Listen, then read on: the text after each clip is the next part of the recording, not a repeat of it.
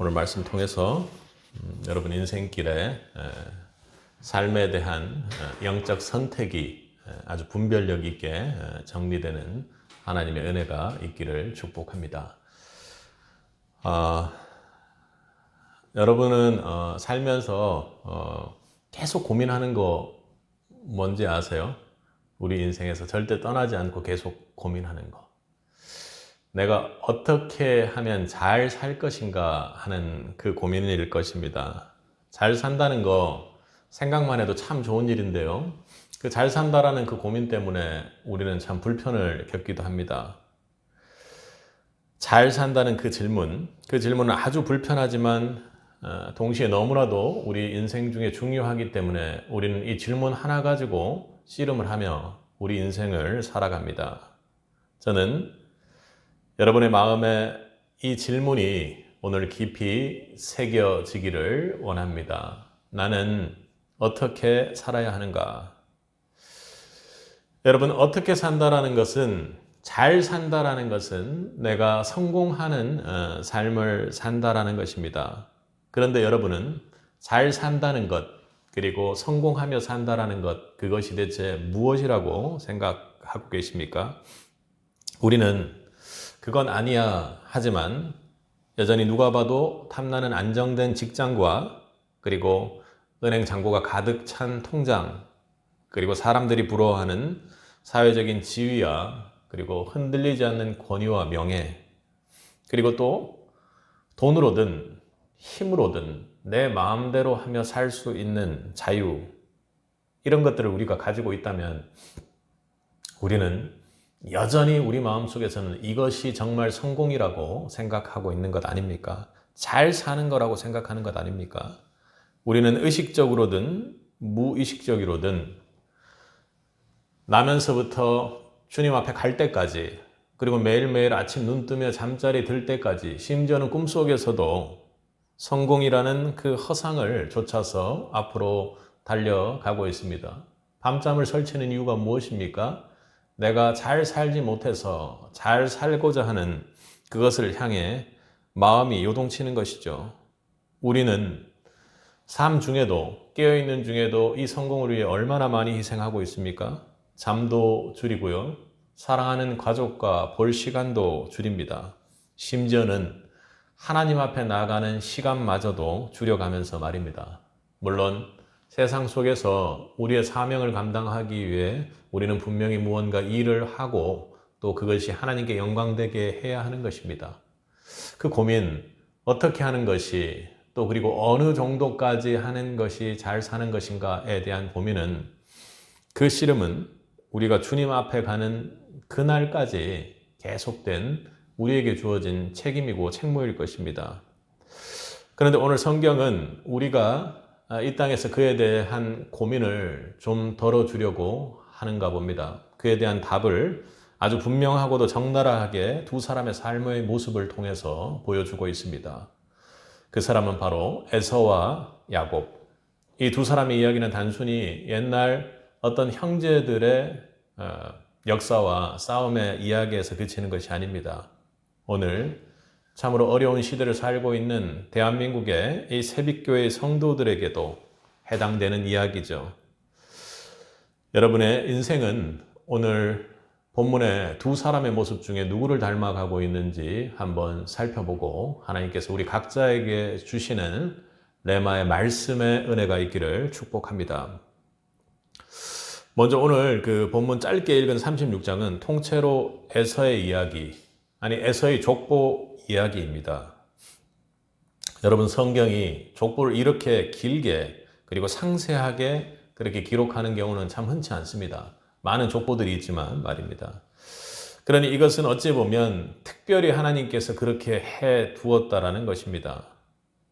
그래서 그가 어떤 아내를 맞이했고, 2절에요. 그죠? 가나안 여인 중에 이렇게 하면서 어떤 아내를 맞이했고, 또 어떤 자식들을 낳았으며, 그리고 무엇보다도 세상 속에서 아주 강대한 민족을 이루었는지를 아주 자세히 시시콜콜하게 이름까지 설명하면서 그렇게 이야기를 하고 있습니다. 36절 상반절이 그에 대한 내용이죠. 그리고 에서에게는 아들들이 있었습니다. 그리고 자손들이 번성했습니다. 그리고 심지어 그는 야곱과 헤어져 세일산으로 가서는 그곳에서 어마어마한 부의 권력을 손에 쥡니다. 성경에서는 우리 36장 7절을 보면요. 소유가 너무 풍부해서 그 재물이 많아서 함께 동거할 수 없는 상황이라고 그렇게 얘기합니다. 여러분, 에서를 보면 어떤 생각이 듭니까? 누가 봐도 야, 이 사람 대박 쳤네. 정말 성공했네. 어떻게 저렇게 됐지? 하면서 누군가의 부러움을 받을 만한 사람의 대상이 됩니다. 그 중에서 족장들이 나오고 왕까지 배출된 것이죠. 세상적으로 명예가 있는, 그리고 또 세상적으로 재물이 있는, 그러니까 그 누구도 건드릴 수 없을 정도로 아주 강대해 보이고 높아 보이는 사람입니다. 세상적인 기준으로 봤을 때 정말 대박 중에 대박이죠. 그 집 대박이잖아. 그 집 대단하잖아 하는 그런 얘기들이 보통 이런 집을 향해서 그렇게 합니다. 모든 것을 다 가진 것 같고 드라마틱한 성공의 신화. 예전에 자신의 장자권을 팥죽 하나 먹고 싶어가지고 팔아먹었을 정도의 그렇게 궁핍한 상황에 에서를 생각해보면 성공신화 그 자체입니다. 그런데요, 오늘 본문에서 8절에서는 그에 대해서 이렇게 이야기를 합니다. 함께 읽겠습니다. 이에 에서 곧 에돔이 세일산에 거주하니라. 여러분에게 묻겠습니다. 에서의 삶이 정말 성공적인 삶이었을까요? 우리는 그 에서의 화려한 성공이 과연 축복이라 부를 수 있을까? 그렇게 다시 한번 생각해 봅니다. 우리 8절에서 어떤 산은 자신이 섬기는 신이 임재하는 곳이라는 구약에서의 상징적인 의미가 있습니다. 그러니 세일산에 거주하였으니 이 말은 바꿔 역으로 생각하면 하나님이 없는 산에 거주하였으니 이렇게 읽히게 됩니다. 거기가 에돔이라고요. 그러니 8절이 참으로 쓸쓸하게도 이렇게 왕성했는데 에서는 하나님이 없는 산에 거주했더라. 하나님이 없는 곳에서 그렇게 대단한 명예와 왕도 배출하고 엄청난 강세를 보였더라 합니다. 여러분, 정말 성공한 삶일까요? 오늘 36장 그의 족보 어디에도 하나님의 음성, 하나님의 언약, 하나님의 부르심 같은 이야기는 전혀 없습니다. 그의 삶에 하나님은 거의 등장하지 않는다는 것이죠. 이삭이 하나님 곁으로 갔을 때 함께 장사 치르는 그 장소에서만 하나님을 볼 수 있습니다. 그의 삶은 하나님이 거의 등장하지 않고 그는 팥죽 한 그릇의 장자권, 하나님과의 관계를 팔아치웠던 사람입니다. 하나님의 약속과 그 장자권의 가치를 알아보지 못하고 눈앞의 쾌락만 그렇게 따라갔던 사람입니다. 그렇게 따라갔던 사람이 이렇게 강세를 보인다니 참 괜찮습니까? 그는 하나님이 주신 부르심보다는 자기의 노력과 세상적인 방법으로 자신의 왕국을 건설했습니다. 6절에도 에서가 자기 아내들과 자기 자녀들과 자기 집의 모든 사람과 자기의 가축과 자기가 가나안 땅에서 모은 모든 재물을 이끌고 자기가 그 화려한 왕국을 건설했던 것입니다. 그는 특히나 세일산으로 가게 된 그 계기가 하나님의 사람 야곱과 동거할 수 없을 정도로 그에게 재물과 재산과 가족과 그리고 하인들이 엄청나게 많았다라는 것입니다. 겉으로 보기에는 화려하고 멋져 보이지만 가장 중요한 것, 그 속에 하나님이 빠졌는데 여러분은 이 삶에 대해서 어떻게 생각하는지요? 하나님의 약속과 하나님의 인도하심이 없지만 이렇게 세상적으로 봤을 때 강세가 되는 삶, 여러분은 어떻게 생각하는지요? 여러분이 잘 아는 사울 왕을 한번 떠올려 보시기 바랍니다. 사울은 이스라엘의 첫 왕이었습니다. 백성들의 눈에는 키가 크고 용모 준수하고 세상 기준에 완벽한 리더였고 전쟁하는 족족 승리하는 대단한 명장이었습니다. 그런데 그는 아멜렉과의 전투에서 자신의 성을 쌓기 시작합니다. 그는 하나님이 명령하신 모든 것을 진멸하라는 명령을 어기고 백성들 보기에 좋은 양과 소들을 남겨 제사를 지내야지 하는 꼼수죠. 명목으로 자신의 성공을 과시하려고 했습니다. 하나님께서는 그에게 순종보다 제사가 낫고 듣는 것이 수양의 기름보다 낫다고 그렇게 선지자를 통해 이야기하면서 사무엘에 대한 마음을 걷어버리셨습니다. 사울은 그 삶으로 볼 때, 세상의 시선으로 볼 때는 진짜 대박이다. 어떻게 저런 사람이 있을까 하고 백성들은 쳐다볼 수 있는 상황이었습니다. 그런데요, 그의 삶에는 가장 중요한 하나님의 이름이 없었던 것입니다. 하나님의 이름을 내리고 자신의 이름, 자신이 백성들에게 어떻게 보여질지에 대해서 더 신경 썼던 왕이죠. 하나님을 지우고 자기의 왕국을 세운, 자기 힘으로 왕국을 세운 그 왕의 비극적인 최후를 맞이하게 되었습니다.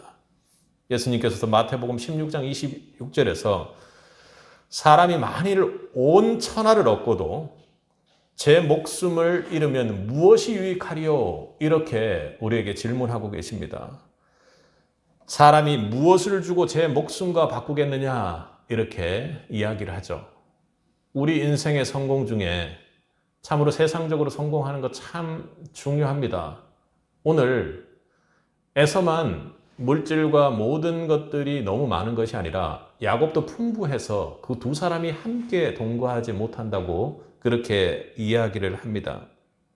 그런데요, 거기에 만약 하나님의 이름이 없다면 그곳에는 생명이 없습니다. 그 마지막은 결국에는 오늘 우리 교동문에 읽었던 것처럼 결국에는 하나님께서 심판하시고 그 악의 길에 마지막 사망의 길로 가게 되는 것이죠. 여러분, 이 불편한 진실이 바로 오늘 우리에게 경고하는 바입니다. 내가 왜 이 얘기를 듣고 있지? 나에게 무슨 얘기일까 하고 여러분 생각할지 모릅니다. 그런데요, 여러분, 내 마음 깊은 곳에 내가 에서의 삶을 훨씬 더 선호하고 추종하고 따르는 그런 육신이 있다라는 내 안에 그 강력한 에서의 모습을 여러분 한 주간 기도 속에서 볼 수 있길 바랍니다. 우리는 무엇을 위해 지금 달리고 있습니까? 에서처럼 하나님의 뜻은 외면한 채 오직 눈에 보이는 세상의 번영과 축복과 성공을 향해 질주하고 있는 것 아닙니까?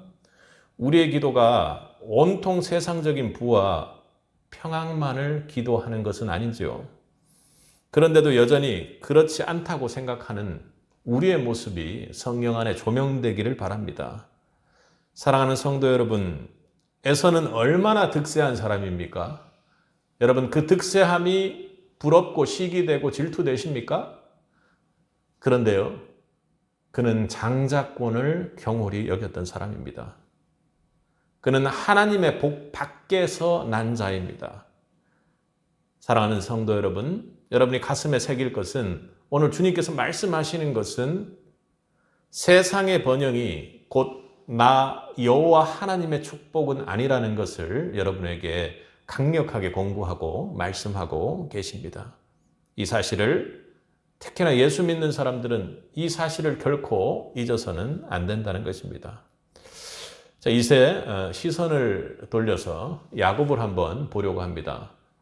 에서처럼 화려한 족보, 눈부신 성공담이 아니라 35장을 보면 그의 삶은 온통 고난과 아픔, 인간적인 실수로 점철되어 있습니다. 우리 35장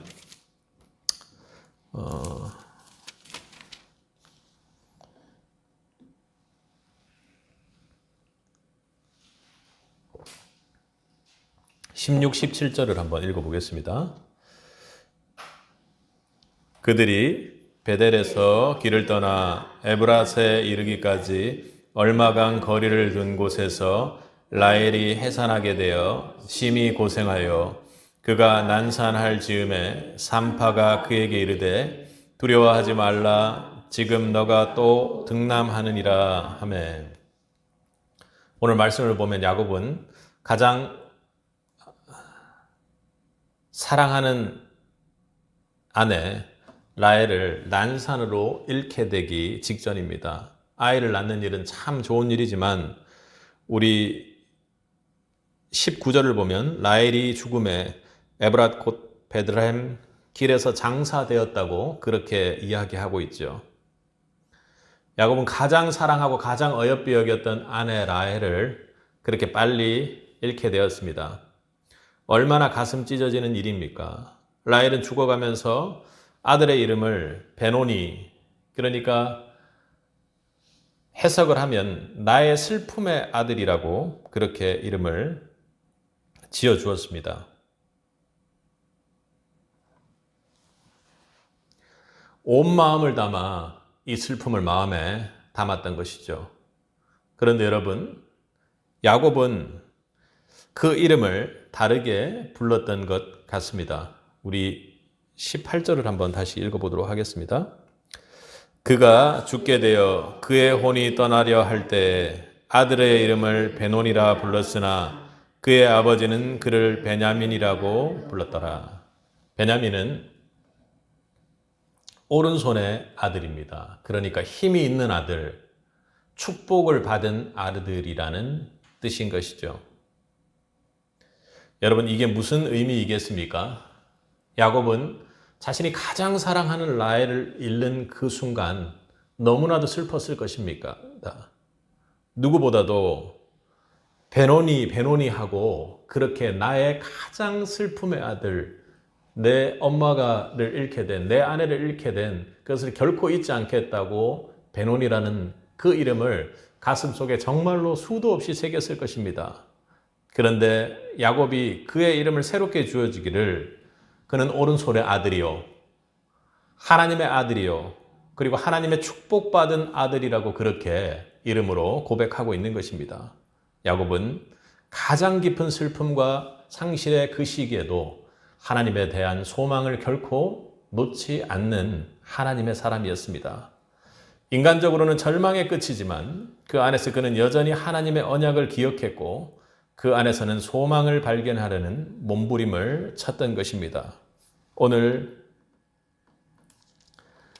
에서의 모습과 야곱의 모습이 다른 것은 35장 우리 9절부터 15절까지를 보면 하나님께서 야곱 앞에 나타나 다시금 하나님의 언약을 확증시켜 주시고 하나님과 함께 하겠다고, 하나님이 함께 하겠다고 그렇게 말씀하십니다.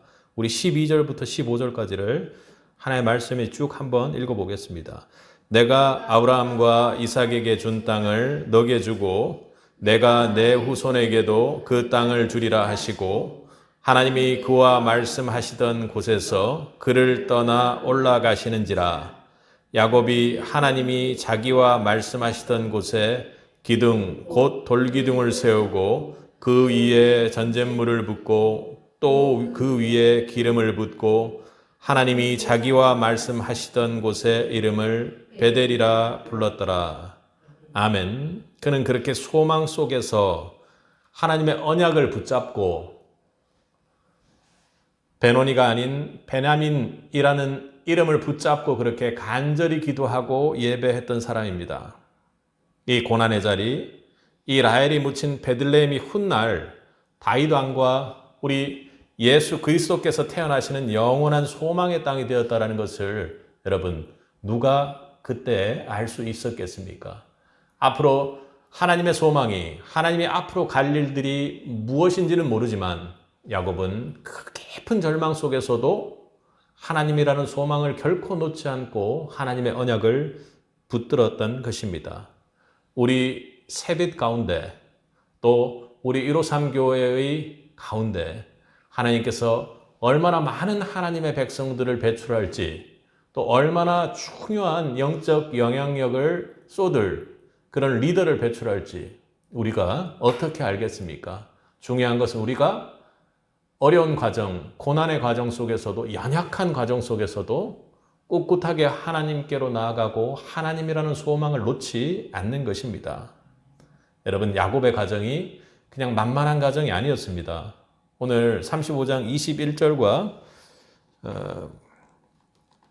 22절을 한번 보면 이스라엘이 그 땅에 거주할 때 르우벤이 가서 그 아버지의 첩 비라와 동침하며 이스라엘이 이를 들었더라 이렇게 이야기를 합니다. 아버지의 첩과 동침하는 아주 폐륜적인 죄를 저지르는 가정이었습니다. 그 가정은 인간적인 실수, 가정의 불화, 우상의 섬김, 슬픔과 고통이 끊이지 않는 그런 가정이었습니다. 여러분, 여기서 우리가 또 묻지 않을 수 없죠. 이런 야곱의 삶이 하나님 보시기에 성공적인 삶이었습니까? 그런가요? 세상 사람들이 보면 아까 에서의 집은 야 진짜 대박남 집이다 이렇게 얘기하겠지만 야곱의 집은 정말 막장 가정이네. 어떻게 저런 집이 있을 수가 있지? 그리고 또 디나가 성적으로 추행을 당하고 또 그리고 그 가나안 백성들을 향해서 죽이고 노략질하고 그렇게 했던 그 모습들을 전체적으로 본다면 그 누구도 에서의 집을 상대하고자 하지 야곱의 집은 상대하고자 하는 그런 마음이 아예 사라질 것입니다. 그런데요, 여러분, 야곱의 가정에는 앞서 우리가 함께 읽어봤던 것처럼 에서의 집과 단 하나 다른 것이 있으니 그 집에는 하나님의 이름이 우선되고 하나님 이름으로 제단 쌓아지고 하나님 이름이 앞서 있다는 것입니다. 여러분은 무엇을 바라보고 계십니까? 지금 여러분의 가정이 내 삶이 야곱의 지금 연약함과 슬픔과 어려움이 있는 것 때문에 하나님께 소망을 두는 것이 아니라 에서의 가정에 소망을 두고 하나님을 원망하고 있는 것 아닙니까? 하나님의 모습에 하나님의 답답함에 한탄하고 있는 것은 아니죠.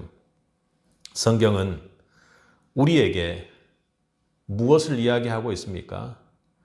야곱의 삶이 그의 능력이나 의로움 때문에 성공한 것이 아니라 그의 삶은 실수성이고 고통의 연속이고 도저히 들춰보기도 힘들 정도의 추악한 모습들까지 있지만 그러나 그 모든 가정에서 신실하신 하나님이 그 제약된 연약한 그곳을 뚫고 들어오셔서 하나님의 약속으로 함께 해 주셨다는 것입니다. 하나님의 언약이 야곱을 인도하는 삶을 살았던 것이죠. 하나님은 그의 연약함과 고난 속에서도 일하셨고 그를 통해 이스라엘의 12지파를 닦는 기반을 놓으셨습니다. 그 12지파가 나는 과정들만 봐도 시기와 질투 그리고 인간적인 막장 드라마 같은 그 모습 속에서 하나님은요, 하나님의 일을 꿋꿋이 해 나가셨던 것입니다. 야곱은 이스라엘이라는 이름으로 하나님의 언약의 백성의 조상이 되는 영광을 얻었습니다. 왜요? 오로지 하나님의 언약과 하나님의 신실하심을 통해서 그렇게 되었던 것이죠. 그는 비록 고난을 겪었지만 그의 삶에는 에서와는 달리 분명하게 하나님이 있었습니다. 그는 부족했지만 그의 삶은 언제나 하나님의 부르심 안에 있었던 것을 여러분 기억하시기 바랍니다. 여기서 우리는 창세기 이후에 나오는 요셉을 빼놓을 수 없을 것입니다. 그는 형들에게 팔려 노예가 되고 누명을 쓰고 감옥에 갇히는 기나긴 그 동안 고통의 시간을 보냈습니다. 요셉의 인생은 참으로 절망과도 같은 인생이고 요즘 외국에 나가서 끌려가가지고 하는 참 그 범죄들이 참으로 심각한 상황인데 앞길을 볼 수 없는 정말 죽음과 같은 두려움 속에 있는 상황이었을 것입니다. 그러나 그는 결코 하나님을 떠나지 않고 하나님을 소망에 두고 39장부터 보이는 요셉의 모습은 이 고통 속에 있는데도 하나님과 함께하며 형통한 삶을 보낸 요셉을 묘사하고 있습니다. 하나님이 있는 삶과 없는 삶이 어떤 차이가 있는지 우리는 요셉의 이야기, 그 고난을 통해서도 분명히 알 수가 있습니다. 하나님의 부르심을 붙든 자들이 어떻게 하나님의 도구로 위대한 하나님의 도구로 사용되는지의 절정이 요셉이 이집트의 총리로 기용되는 그 모습입니다. 우리가 힘들 때마다 고난, 절망, 하나님의 백성임에도 어려울 때마다 붙잡는 말씀이 있습니다.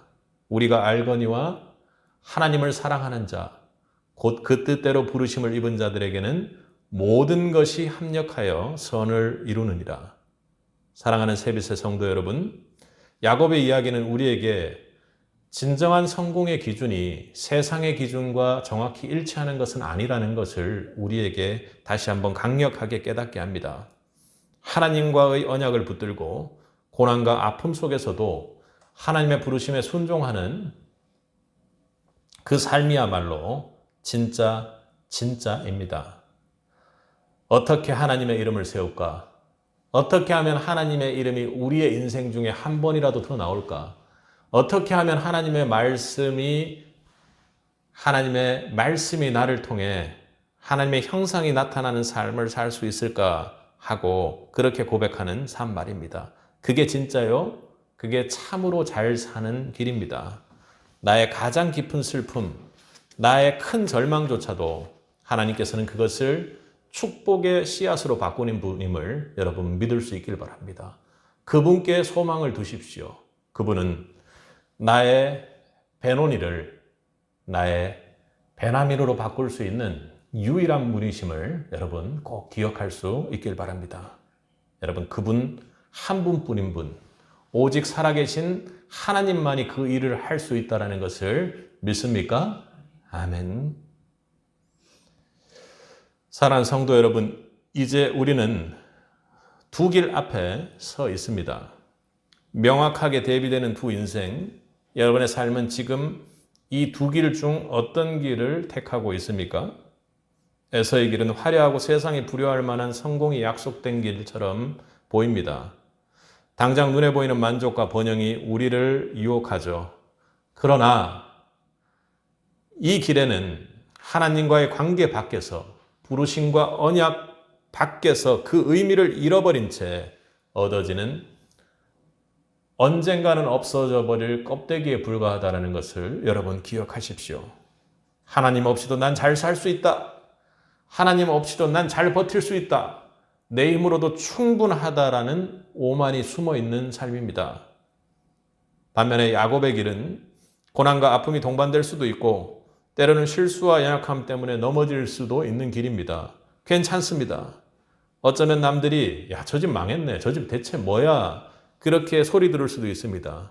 하지만 이 길은 하나님의 신실한 언약이 함께하고 어떤 길로 가야 될지가 명확한 길입니다. 그분의 부르심 앞에서 참된 성공의 의미와 잘 산다는 것이 무엇인지의 의미와 영원한 축복을 발견하게 하는 생명의 길인 것이죠. 이 길이야말로 우리의 베노니를 베냐민으로 반드시 바꿔준다라는 그 주님을 만날 수 있는 길입니다. 여러분, 우리 인생 중에 일부러 어려움을 겪을 일은 아닙니다. 일부러 어려움을 겪을 필요는 없겠죠. 고난, 그것이 필연적인 조건으로 작용하는 것은 아니라는 것입니다. 그것은 후행적으로 우리가 하나님의 복을 실천하는 가운데 하나님이 필요하다면 그렇게 많이 주십니다. 오늘 야곱은 하나님의 사람으로 세상의 대변하고 있는 에서와 함께 있기가 거북할 정도로 그에게도 재물과 재산이 많았습니다. 잘못 적용을 하면 우리가 야곱의 길을 가면 결국에는 하나님께서 우리를 물질적으로도 부유하고 풍족하게 해줄 것이라는 그런 명제까지 갈 수 있는지는 우리는 알 수 없습니다. 그러나 분명한 것은 그 인생 중에 하나님의 이름이 앞서 있고 하나님이 힘으로 그 인생을 사는 인생이 된다는 것입니다. 야곱의 인생과 에서의 인생의 가장 큰 차이점은 내 힘으로 그리고 내 이름을 위해 사는 것이냐 아니면 하나님의 힘으로 하나님의 이름과 하나님의 영광을 위해 사는 것이냐 하는 차이가 있는 것입니다.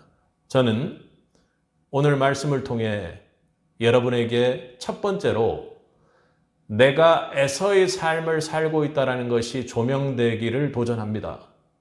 그리고 여러분의 삶이 혹 이 땅에서는 어려움과 고난이 있을지라도 진정으로 여러분이 도전해야 될 것은 야곱과 같은 삶이라는 것입니다.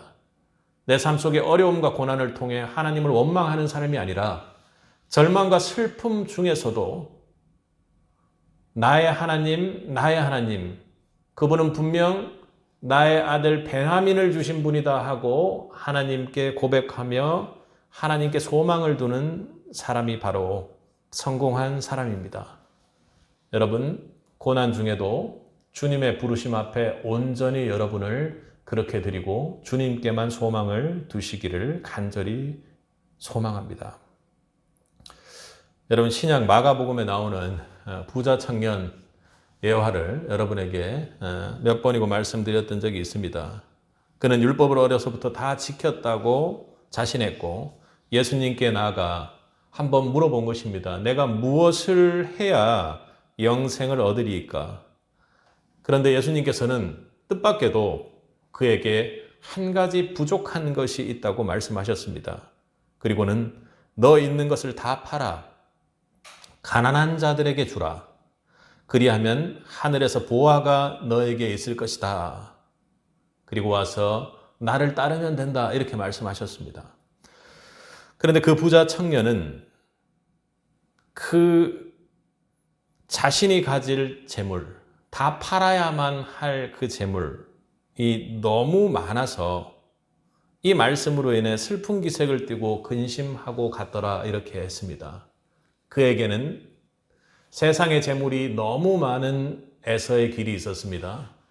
그리고 예수님의 은혜로 인해서 예수님께서 그에게 부족한 점을 이야기하시고 세상의 길이 아닌 에서의 길이 아닌 하나님의 백성이요 하늘 보화를 위한 길을 선택한 길이 참으로 직접적으로 강하게 주어졌습니다. 그런데요, 그에게는 에서의 삶이 훨씬 더 컸으므로 손익을 따져보니 그것보다 세상의 재물을 가지고 있는 것이 훨씬 더 클 것 같은 그 마음 때문에 슬픈 기색을 하고 그는 떠났습니다. 땅의 성공은 참으로 대단해 보이고 놓치기 힘든 일입니다. 그러나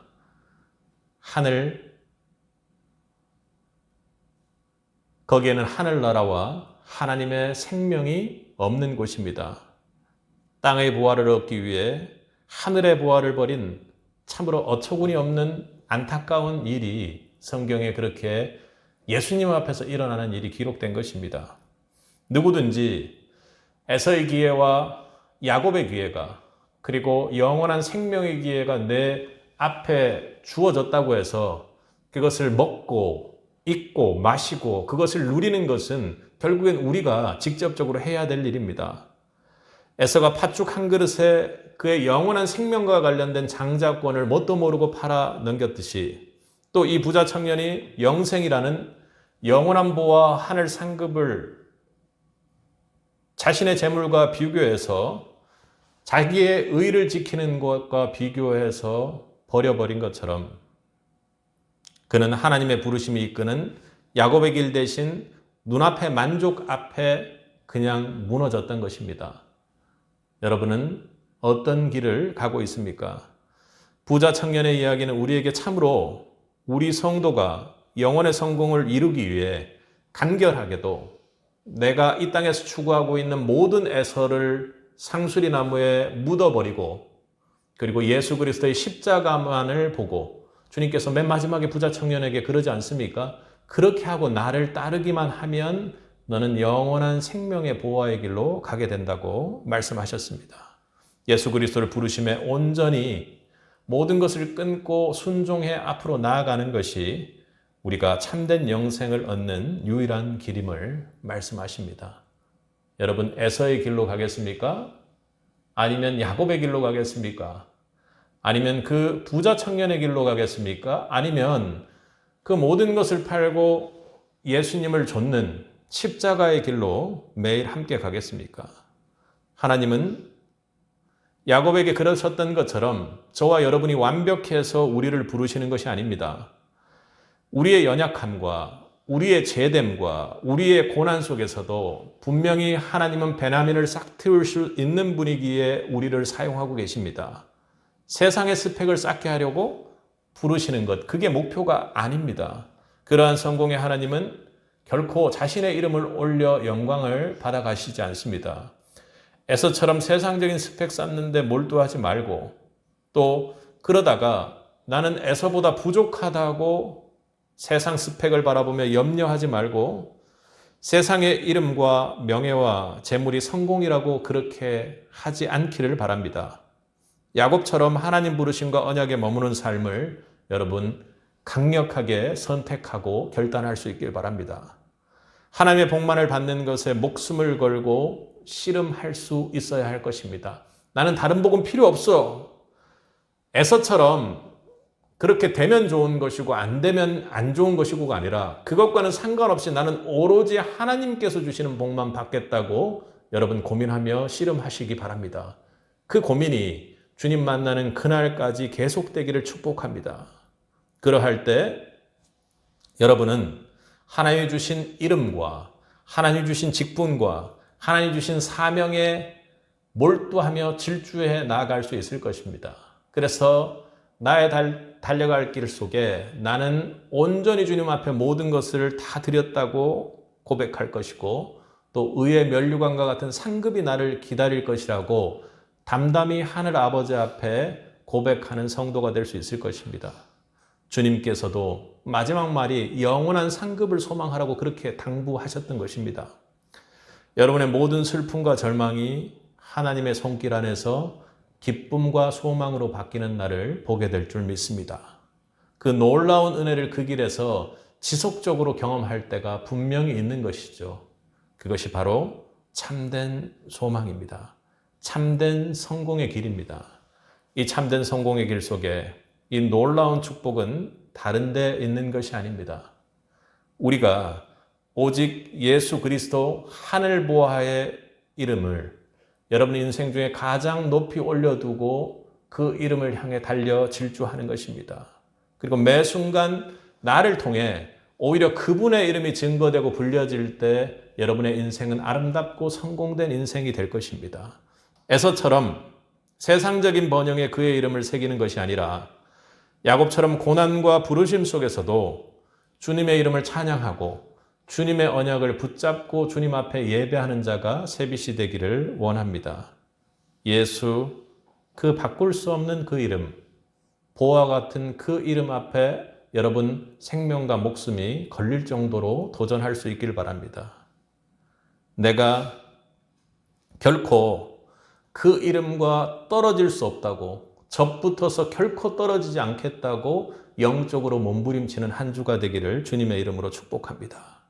그분의 신실한 부르심에 순종하여 한 걸음 한 걸음 나아가는 것, 이것이 바로 여러분 삶에서 에서의 길을 버리고 야곱의 부르심의 길, 야곱의 길을 가는 한 방법입니다. 참된 비결이죠.